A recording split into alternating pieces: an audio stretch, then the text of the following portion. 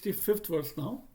Prasade sarva dukkhanam hanir asya upajayate prasanna chetaso hi ashu buddhi hi parivatishtate.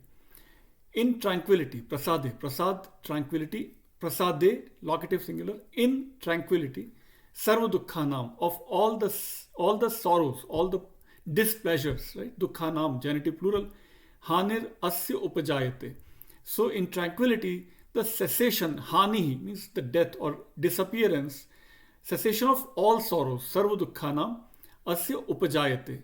So as if the death or cessation of all the sorrows happen at the time of ultimate tranquility. All sorrows disappear, basically.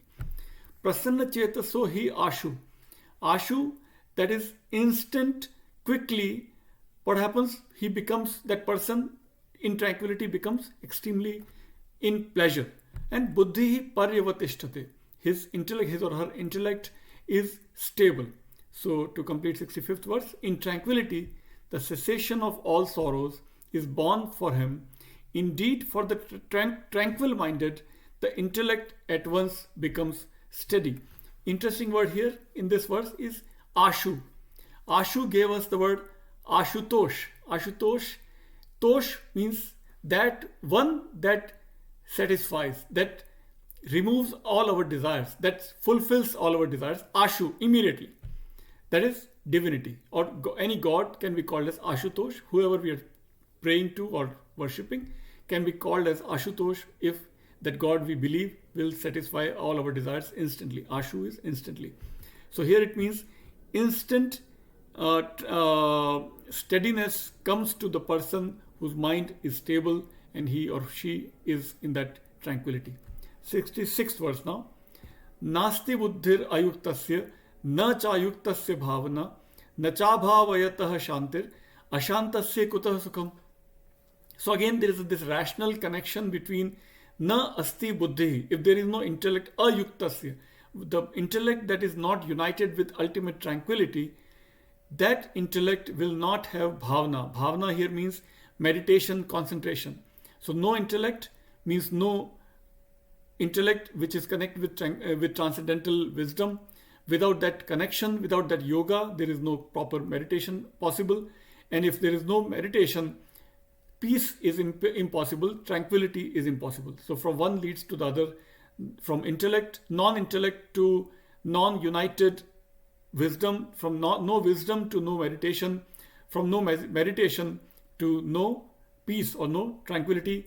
And no peace means no pleasure, no relaxation.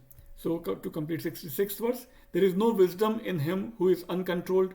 There is likewise no concentration in him who is uncontrolled. In him who does not concentrate, there is no peace. How can there be happiness for him who is not peaceful? That's 66th verse for you. 67th now, very important, very interesting. Indriyanam hi chartam yan manonu vidhiyate tadasya harti pragyam vayur navami vambhasi. So those person whose senses are chartam, senses are, if they are roaming around like almost like animals. When animals are grazing upon grazing in out in meadows, in Hindi the word is charna. Gai ghas charti hai.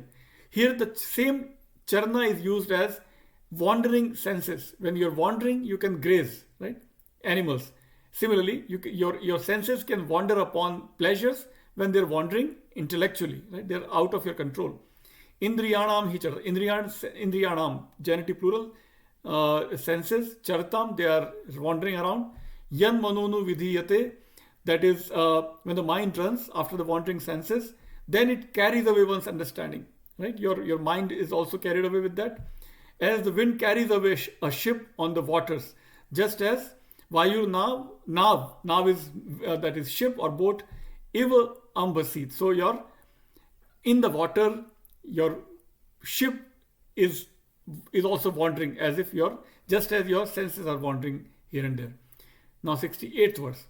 Tasmat yasya mahabaho nigrahitani sarvashah Indriyani indriyarthebhyasya tasya pragya pratisthita. Once again, your intellect is stable, your wisdom is firm.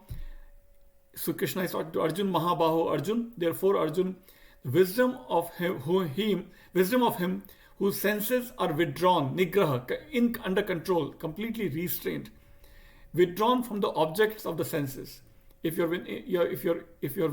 senses are under control, then your intellect is also stable. Completes our four verses for this week, and we'll carry on with the next one.